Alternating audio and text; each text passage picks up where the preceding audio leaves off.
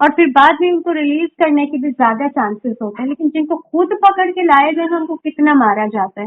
اگر انسان کا یہ قانون ہے تو وہاں پر بھی ایسا ہی قانون ہے. اگر آج ہم چلے گئے تو ندامت کا ایک آنسو انف ہے, ایک سچا کال انف ہے. لیکن اگر آج نہ گئے اور کل زبردستی لے گئے تو پھر میں آپ بے شک کہیں رب ارجعون, اللہ ایک بار بھیج دیں, لیکن وہ ایک بار پھر نہیں آئے گی. تو طوعاً اور کرہن جانا اللہ کے پاس ہے. تو بجائے اس کے کہ کرہن جایا جائے, آج میں اور آپ طوعاً اللہ کے آگے جھک جائیں اور بول دیں اللہم اغفر لی ما قدمت وما اخرت وما اسررت وما اعلنت وما اسرفت وما انت اعلم به منی. بارک اللہ فیکم. السلام علیکم ورحمۃ اللہ وبرکاتہ.